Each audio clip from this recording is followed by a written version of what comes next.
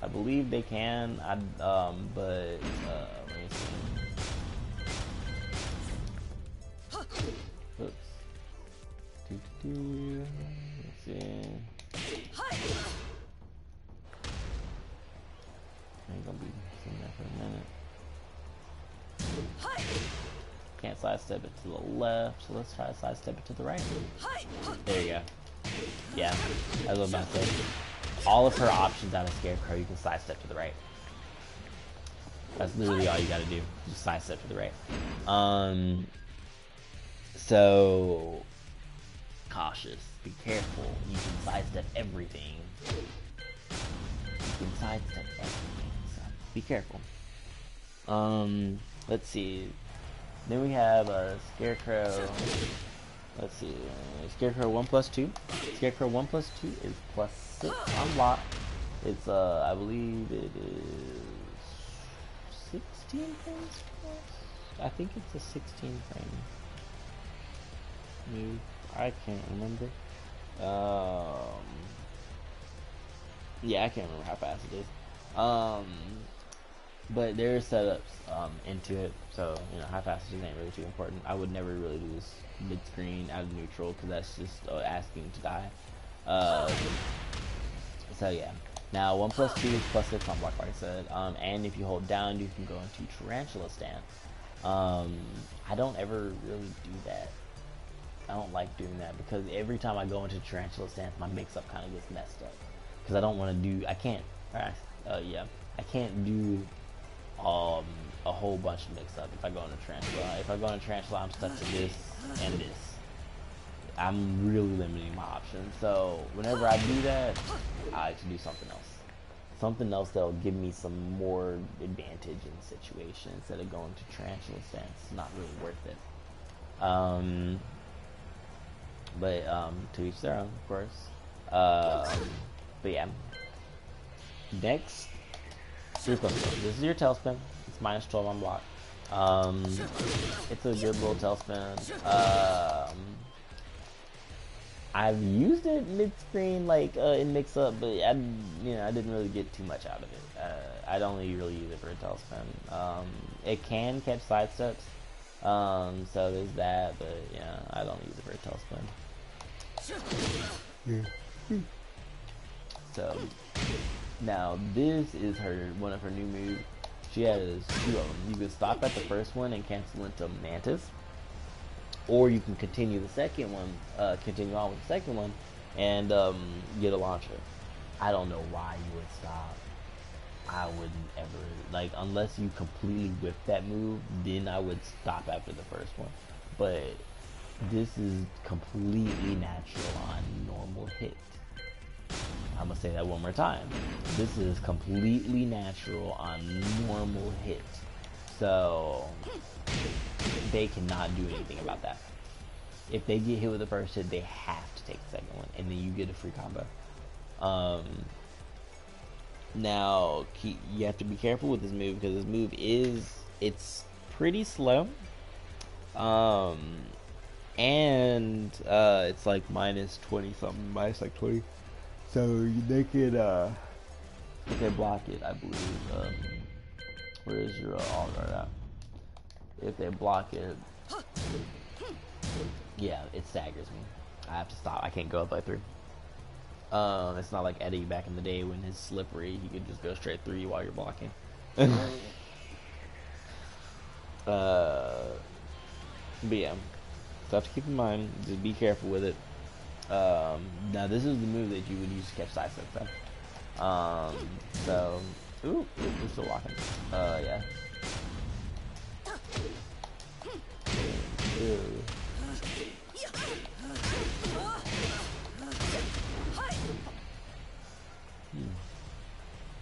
Alright,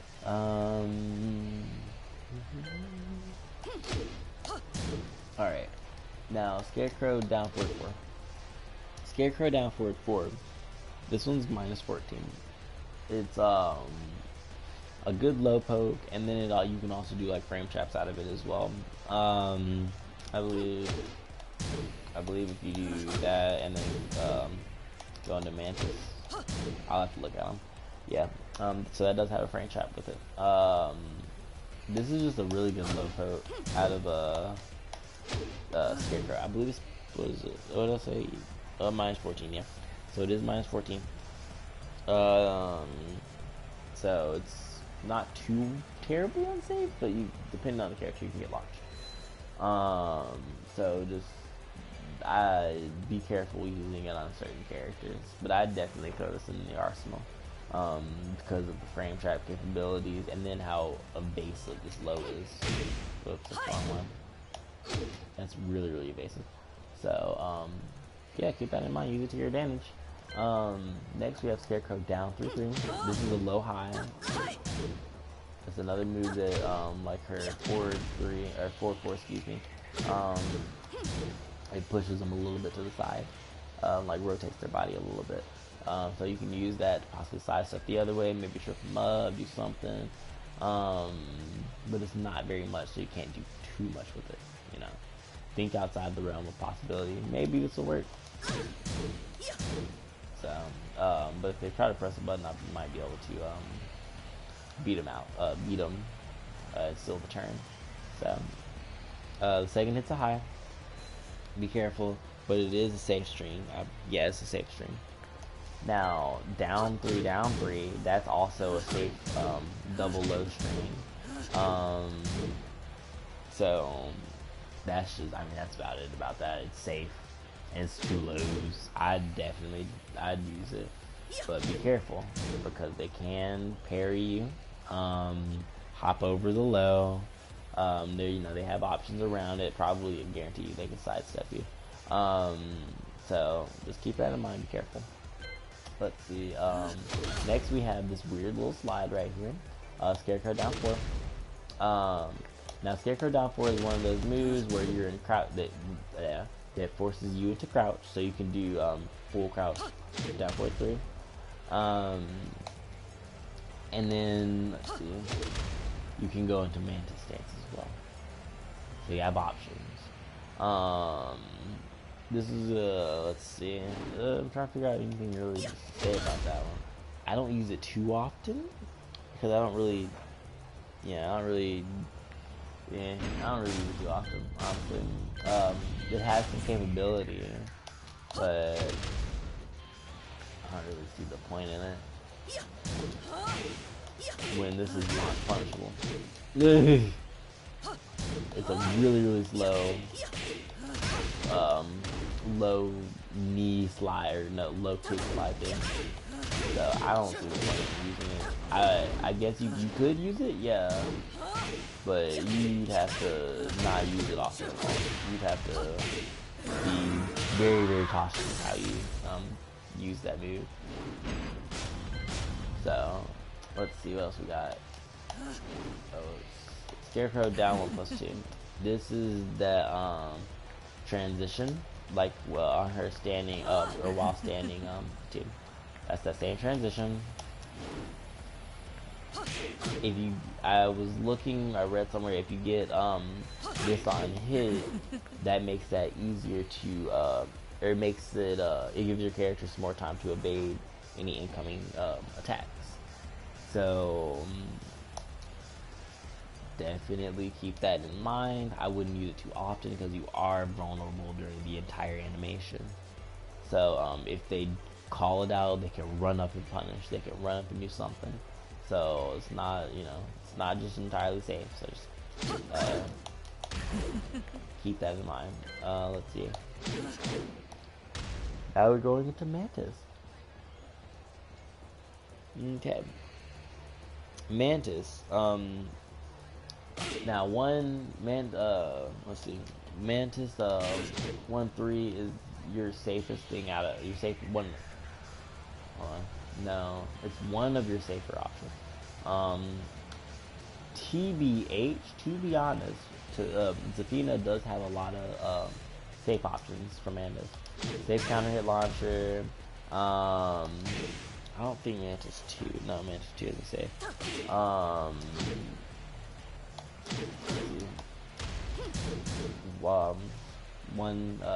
Mantis 1-3 is safe on block. I believe 1+2. Yeah, Mantis 1+2. I don't think 1+2 is safe on block. Whoops, that's the wrong stance. That's totally the wrong stance. Let's see. It looks like it might be safe actually. Nah, it's not. It's like -11. Oh, hold on, it might be ooh. Okay, yeah. So it's about -11, -12. All right. So that's not too bad. So you can use that.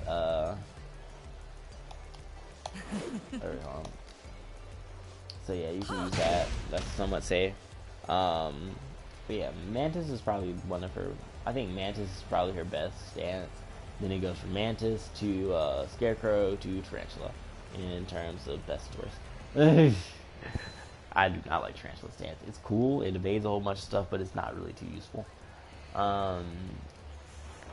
Like mix-up wise, like pressure wise, you know, it's one of those things where you just kind of, oh, I'm gonna avoid this real quick and get back up.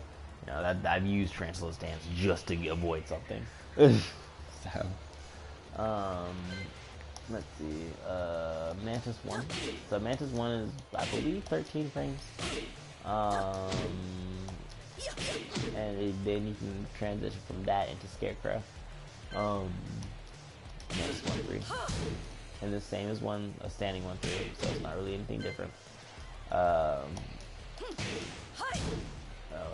Mantis books. Now Mantis 2-4. It is a counter hit launcher. Not safe though. It's -14. The first hit's -14. The second hit's -14. And the third hit is -17. Or no, not 17. -13. Excuse me. -13. This string is, you can set up into it. You can set up into that string pretty easily. That's wrong. Yeah. There's a couple setups to go to get that counter hit. So boom. Now this is gonna be one of those strings, though, that doesn't matter what you hit them with, anything can be a combo.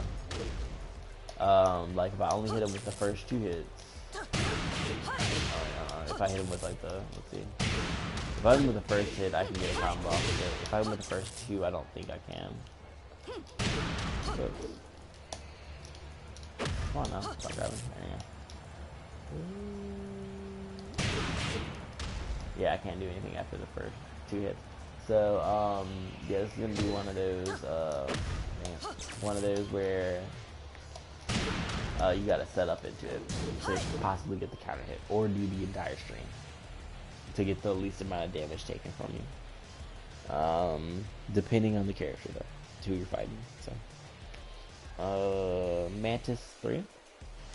Now, Mantis 3 is a slow little low, but it does have a lot of frame advantage. So that's a plus about using your Mantis stance a lot. Mantis 3-4. Let's see, Mantis 3-4. Honestly, the second hit doesn't even look like a low, but it's a low. It's weird. Mantis 3-4 is -17. Mantis 3 is -14. So 14 -17, and the last hit is -12. So sometimes it's probably best to go ahead and finish that string. Just because you're going to be taking less amount of damage. And I believe you can interrupt the string as well after the second hit. So keep that in mind. Everybody can interrupt Zafina very, very often. Next we have 3-4 down 4. So this is the triple low string. This is your mix up with a 3-4-4. But that low, the last low is -24 though. So it is really, really unsafe. I don't ever use that. I might use the first hit, but the first hit's just for setups, so I don't really use that. Let's see, 4-3. This is an awkward like launcher. Yeah, it's a really awkward launcher. Only reason I say that because let's see, it's a counter hit launcher. But the second hit will whiff. The second hit is whiff multiple times, and the pushback it'll get you blown up. So if you want to utilize this very, very well, you're gonna have to get used to only doing that first hit, and probably get blown up for only doing that first hit as well, because both the hits are or the second hit is the super unsafe one. That's what I'm trying to say. That second hit is minus 34. They have all the time in the world to run up and jump you. So I wouldn't do the second hit unless you knew it was gonna connect. Scarecrow, no, it's not Scarecrow. Mantis 1+2. Mantis 1+2. We're just looking at it. It's like minus 10, I believe. No, it's minus 13. Yeah, Mantis 1+2 is minus 13. So it's somewhat unsafe, but it is a armor move, a powered up armor move, so that's good. Mantis 1+2, and I'll use it sometimes when I feel like they're gonna press a button, or it's sometimes to get a ground hit, because sometimes you can get a ground hit off of that. Alright, so this is Paradox. Paradox turns you around. I like Paradox because there have been instances where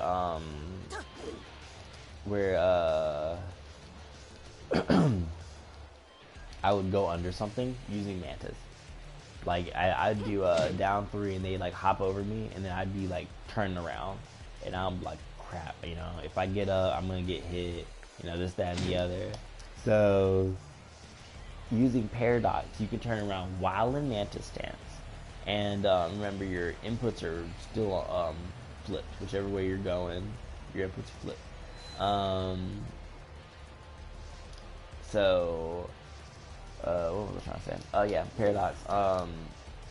Use this whenever you go under somebody or over somebody by accident, and then you're already here in this position. Your back is towards your opponent, you're facing the completely other way, you have no idea what's about to happen. I suggest turning around real quick, because they might run up and just throw 2 highs, and while they're doing that, you can turn around while you're right under them and then possibly get a launcher off of it. It's happened before. So some stuff to keep in mind. Paradox is useful. Keep it in mind. It's not like it's not just like some random little taunt thing. I mean, you know, you could definitely use it as a taunt. You know, run away from the scene of crime, woo!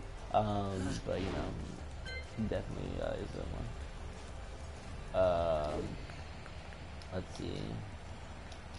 Now I like this move, Mantis down forward 2, because that's a safe launcher. And then you can get, let's see.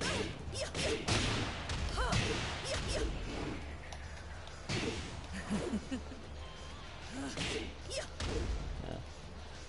But yeah, I like the launcher a lot because it's safe on block, and having a safe on block launcher is just great. That's the main reason I like it. And then you can have some mix up with it too. Moving on, this is down. This is a Mantis down 4-3. This is a weird move. Fun fact: you can also hit from both sides with this move. If you couldn't already tell from how the hitbox was, you can definitely hit from both sides. There have been instances where I did it; it was a complete accident too, and I hit dude from behind me, and I was like, "Oh hey, this is really useful." So definitely some stuff to keep in mind. I'd use it. Don't use it too often though, because down 4-3, I believe. Let's see. Might not be. I don't think it's safe. I definitely do not think it's safe.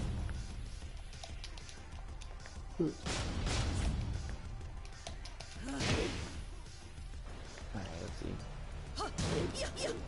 Ooh. Yeah, it's not safe, I don't think, but you could mess with people with Tarantula Stance.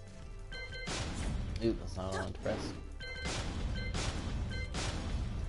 So,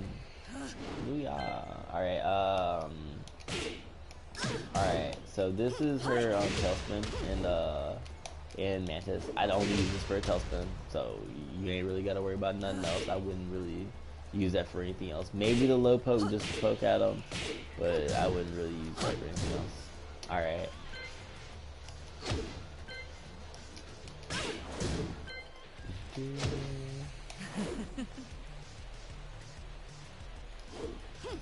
Alright, this Mantis down 3-4. This is going to be your main disrespectful poke with Mantis. Because if you get that counter hit, then they're gonna leave you. Or what am I trying to say? I'm sorry, I've been going on for a minute. So it's just a lot of information I'm trying to dish out at one time. But yeah, safe counter hit launcher. You can block after this too, in Mantis Stance. So that's really, really good. And then it's a low.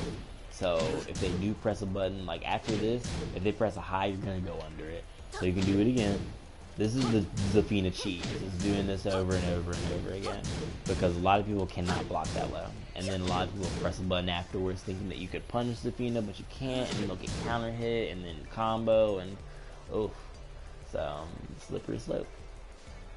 So yeah, this is a great move. Just either low parry the first hit or block it all and reset to neutral because it is safe on block.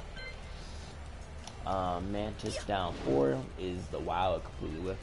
Mantis down 4 is the slide. I don't think you can parry that one either because it's her knees. So another good thing about it, I don't really use it. I don't use the slide. I'd rather use that or something else. I don't know.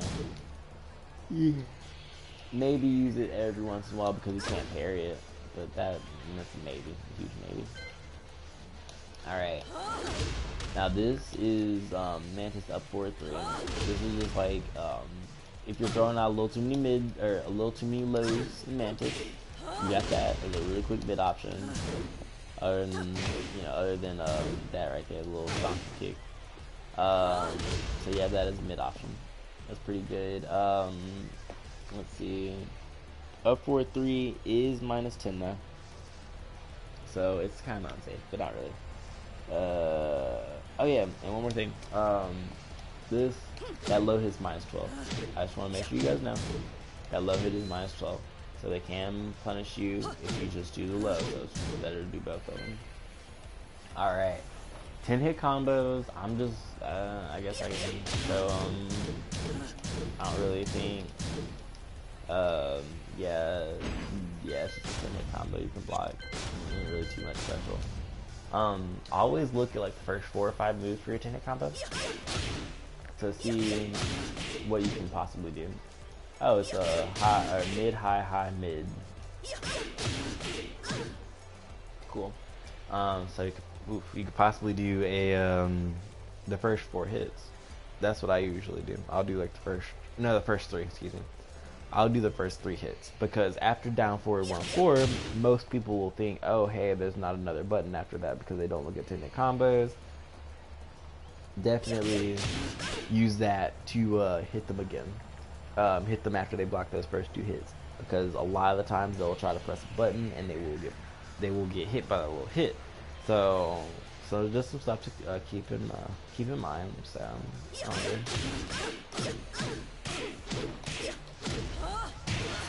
That's so weird how like she does the low and then like bounce on the ground. That is such a weird low. Anyway, here's the second 10 hit combo, just for you guys to see it. So, that one does more damage, looks like. Just some cool stuff. Here's the grabs. I don't need to go over grabs. I don't feel like I need to. Everybody knows how to grab. But I will do one thing though. Let's see. So, as you just saw, her right grab, the 2-4 grab, goes into Mantis Stance. The left grab did not though. The 1-3 grab. The left grab only goes into Mantis Stance if I believe it does. I think you have to like down back or something. No. Yeah, okay. Well, I guess not. I was gonna say, I thought you could, but I guess not. Alright. But whatever. You have your 2 grab. Because the 2 grab, I like the 2 grab a bit more. It puts you in Mantis Stance, but it does roll you out a little bit farther than you kind of want to be. So it's something you'd have to weigh your options on. I mean, a grab is a grab, so you can't be bad at that at all. Go ahead and get the grab if that's the only thing you can get. Don't worry about nothing. We have some more grabs for her. Ooh, that ends with them being faced away. You do like some mix up. Oh no, that's a back grab. My bad, y'all. No. There you go. Ooh. There we go. Yeah, you got all the grabs, man. All the grabs. Oh yeah, and this is, I think this is the last thing of the sample comments. Yeah. So back grab is her like parry. I haven't really used that yet. I haven't really found like a proper way to use that.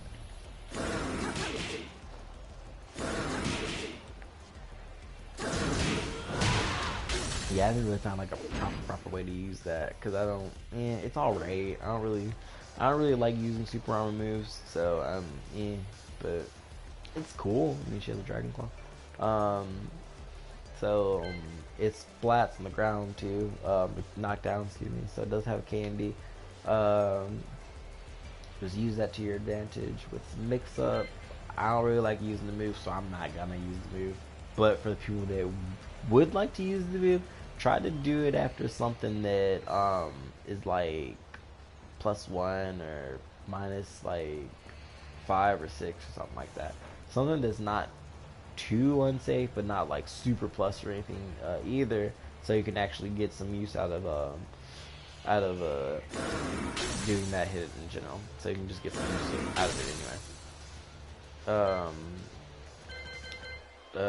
Y'all should know combos. Alright, so now that we got the nitty gritty out the way, we get to go to some more fun stuff. So now this character has a lot of frame traps. I'm gonna go over them. There's not many. This is gonna be the end of this video because it's been 2.5 hours. About to be 3 probably. So we're gonna go over a couple frame traps real quick. Just some stuff that you should definitely be using in your Zafina arsenal. The first frame trap setup we're gonna go over is the frame traps for down back 2. Down back 2 is that counter hit knockdown move that evades some highs and that you can get like an extra hit off of. Now, the frame traps for this move, you can do it either on block or on hit. You know, the frame beta just has to be right. Moves that I like to use and some stuff that I was researching when I was looking up frame traps and stuff with this character. Forward 3. So forward 3 is +4 on block. I'm gonna just have to guard all, actually. So forward 3 is +4 on block. So those 4 frames gives you enough time to do down back 2. So if they try to press a button on that, it's not gonna work. So I'm actually, I'm gonna do all these with the CPU doing it, and that way when I can show you what happens when you press a button on it. So let's see, what was it? Oops. I mean, that works too, actually.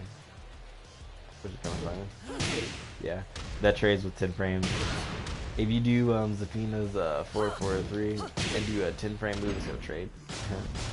Alright, let's see, where was I? Nope, trying to do. There you go. There you go. See, try to press a button, could not press a button at all. So, free damage. If they like to press buttons, free damage. Next we have up forward 1. Up forward 1 into down back 2 is another wonderful frame trap that she has. Lassie move. Lassie move. You're right in front of the TV, Lassie. Come on. Alright, let's see here. But yeah, as you see, anytime I try to press a button, cannot do it. Because up forward 1 is +4 on block. So if you have +4 on block and then you have a 13 frame, because that's a 13 frame counter hit knockdown, you get that for free if they like to press buttons. And then down back 2 is safe on block as well, so that's also a plus.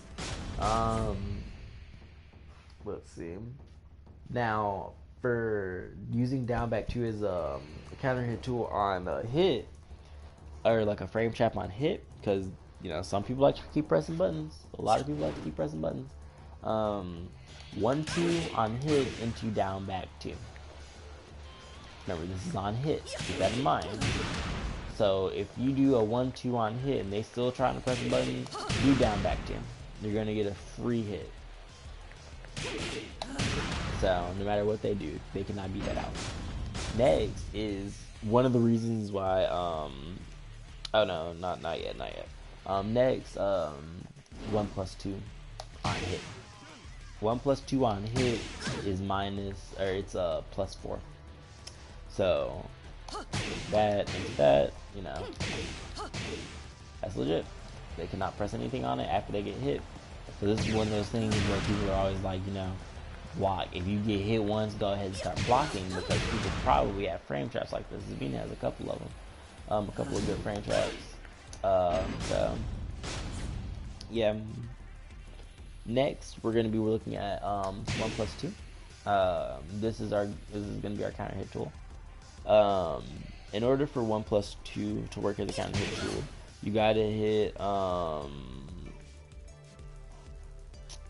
need to figure out what I did. I think that's supposed to be on hit. In order for this to be a counter hit tool, you have to have something that's +7 on hit or block. So I believe down back 1 on hit, or not down back 1.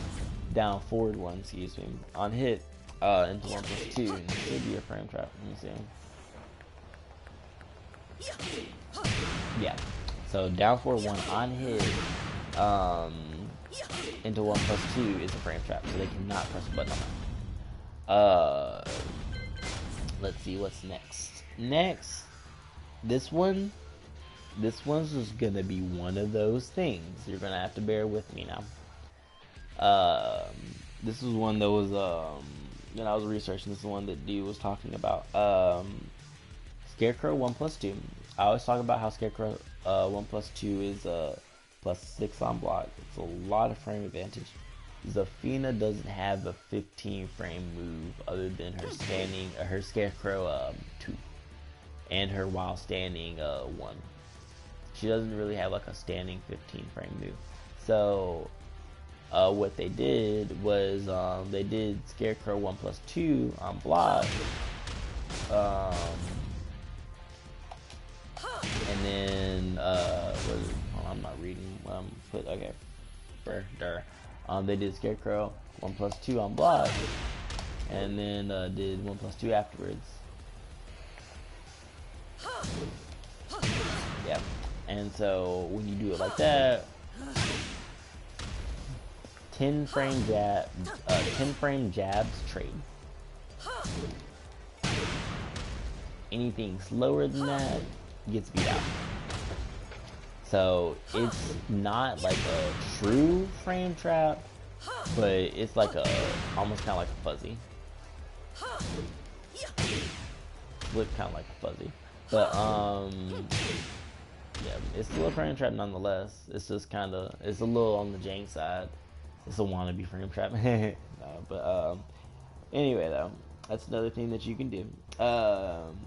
Next, let's see. This is one of those things I was talking about when I was talking about Scarecrow down forward 4.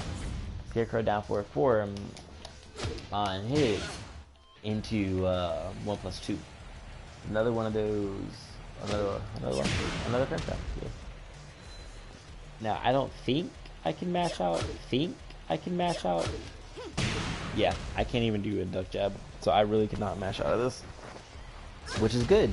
So there's another frame trap that you have to add to your arsenal. Ooh, nasty. And then 1+2 is only like -10 on block, so it's really not that.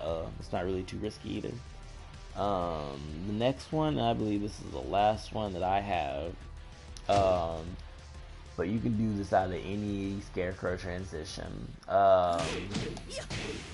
1-3 into standing 2 was the last one I got for you guys today, because this video has been so long and people probably aren't even gonna watch all the way to this point. But yeah. What is it? This is completely interruptible. This is completely uninterruptible, excuse me. You cannot press the button on that once you get hit by that 10-frame punish. That is your 10-frame punish lockdown. If you hit somebody, yeah, I mean, you can pretty much see what's going on. That's your 10-frame punish lockdown. 1-3 into Scarecrow is +5 on hit. So after that, and you do standing 2, they can't press a single button. The only bad thing about that is with standing 2, if they block it, you're probably gonna want to go ahead and finish out the string. And you can't delay it, so it's like, you gotta commit no matter what. You're going to either commit to just pressing the 2 and try fishing for the counter hit, or you're gonna commit to both of them and not worrying about the counter hit. So just some stuff to keep in mind with good old Zafina.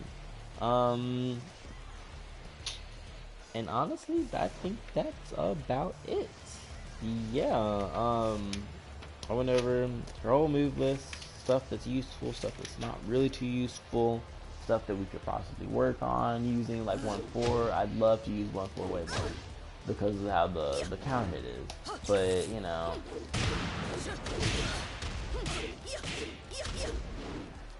you know, not everybody's gonna fall for that. Barely anyone's probably gonna fall for that. So 1-4 is it's one of those weird moves. And there's just, a whole bunch of stuff that she can do that a lot of people just don't really see because of how you have to play her. You have to play her very, very patient, very, very movement heavy, down 4-1, down 3, sticking to your normal vanilla pokes. You're not trying to do anything like wild. You want to stick to vanilla pokes. Keep it simple. Keep it simple with this character. If you keep it simple, keep it short and sweet, you'll do great. If you start trying to come up with all this type of complex, like if this does this and then that goes into that, and if they get hit by all this, then I can do this. Yeah, no, don't worry about all that. Just, you got your couple of frame traps on hit and on block. So you're not, you got your essentials down. Best thing, if you want to be a Zafina player and you really want to play this character, the best thing I can tell you is work on movement. Movement, number one, you have to be able to move well, in order to just get away from a whole bunch of stuff. Moving on from movement, go from movement, and then focus on working on your main pokes. Down forward 1, down forward 3-4, down 3. Focus on your main pokes. Focus on movement, and then after you kind of get that down pat and you're starting to get a rhythm of using these good little pokes, start throwing in some more mix up. Because the only reason I'm saying do it kind of like that, because if you can't get her poking neutral game down, you're not ever going to get to that, I get to do whatever stance I want and, figure out something that really works with mix up. Because in matches, you're going to be cut dry, kind of boring playing, That's just kind of how you have to play her. You got to kind of play her boring in order to get to the fun stuff. And then once you transition from the boring playstyle to the fun playstyle, it starts to trip them up because you're already halfway through the match and you're throwing all this random stuff at them and they're like, what is going on? So just play wisely, stick with vanilla pokes, neutral, movement, and then go into mix up, frame traps, this, that, and the other. Use the frame traps that I showed you today to your advantage. Use the all this stuff like this 1-4 being a counter hit launcher, you know, stuff that people don't really know or discuss because they don't see these moves as being important. 1-4 is, I could definitely see that being as a vital tool in her arsenal because it's her most powerful 10 frame punish, and then the counter hit launcher capability of it. So just some stuff to keep in mind. I don't think I'm going to be going over combos. I don't really think you guys need any combos. This is probably one of those guys, if you already got combos, this is probably the guy for you. We're mainly just doing an overview. We did an overview, excuse me, of all the moves and stuff like that. A quick recap, just to refresh and revitalize and rejuvenate you after all this. Most of our things are unsafe, so you have to use mental frame advantage. You have to play mind games. You're not gonna get around. You're not gonna beat around the bush. Don't beat around the bush with Zafina. You gotta get straight to those mind games. You gotta get to them quick. I can't say too quick, but work up to them. But you gotta work up to them quick, because if you take too long, then you're gonna be down in life, and you're gonna be doing a whole bunch of unsafe stuff trying to get the life lead and win. So, first start of the match, things to keep in mind: down 4-1, down 3. Stick to those two real quick. After like a little bit into that match, maybe like 20 seconds go by, try to use up 4-1 a little bit more. For Zafina, you gotta slowly add these moves into your arsenal, because if you're doing all this stuff at first, everybody's gonna start seeing that when you get to the second, third round. All of her stuff is slower animation, and it's more seeable. You can see a lot of the stuff. Down 3 is really seeable. Down 3 is a very seeable low. So it's one of those lows where if you use it 3 times, you use it 3 times, and that 4th time they're probably gonna start blocking it or parrying it. That's just one of those moves. It's like Lily's down back 4, excuse me. That's super slow snake edge. Once you hit it about like once or twice, if you try to do it again, they're gonna block it each time. Like her Lily's back turn down 3+4. If you do it once, and after that, if you do it again and you don't try to set up into it, they're gonna block it and punish you. So gradually work up to the mix up, the frame traps, the mental frame advantage, the mind games, and you will soar with this character. But like I said, just focus on neutral game, normal pokes, down back 2, down 4-1, down back 4. Just some stuff, quick pokes. You don't wanna throw out some slow stuff, because if you start throwing out her slow stuff like 1+2 or 4-4-3 and stuff like that, and you're not confident enough that they're gonna hit, or if you're just doing a whole bunch of willy-nilly, you're gonna get blown up. So just be careful. Just be careful. I don't know. I like 4-4-3. I like 4-4-3 a lot. Yeah. Be careful. Use everything to your advantage. I'm trying to see if there's anything else that I need to just go over with this character. I don't think so. Like I said, I'm not doing combos. Everybody should know combos, and you should know combos by now in this game. If you just started, there's so many combo videos out there.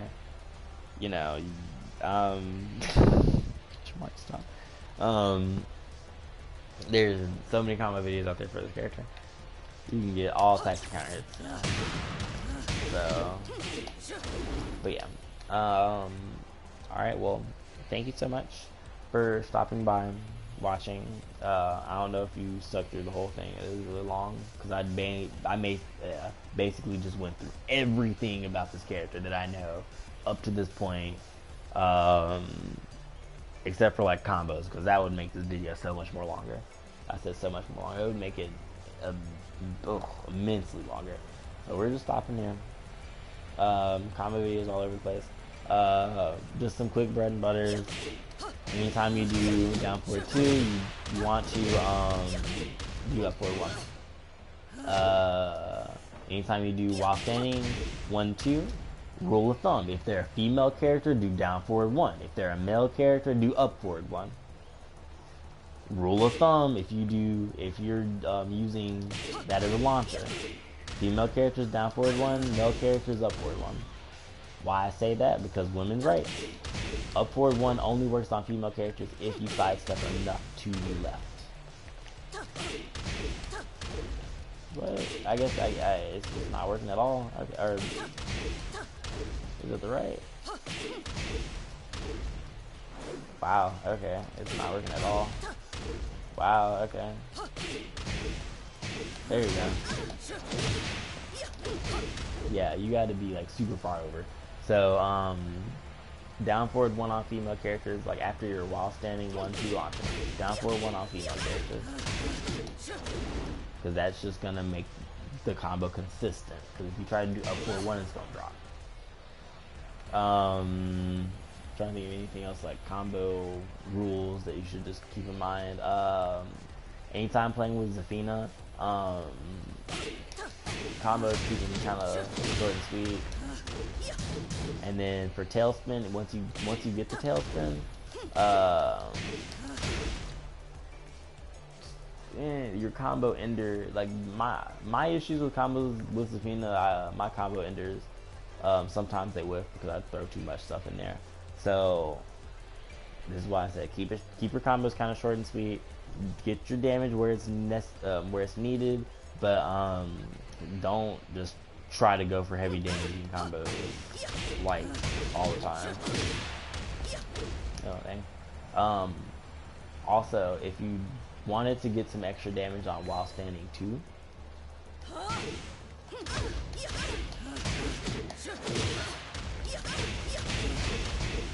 that right there is the most powerful combo that I found on while standing too.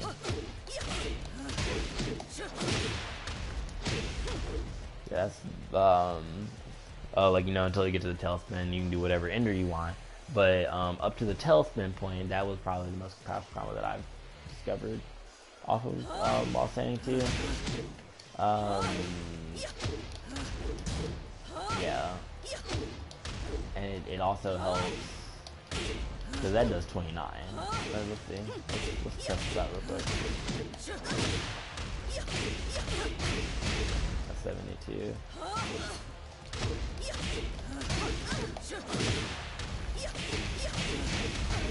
That was 77.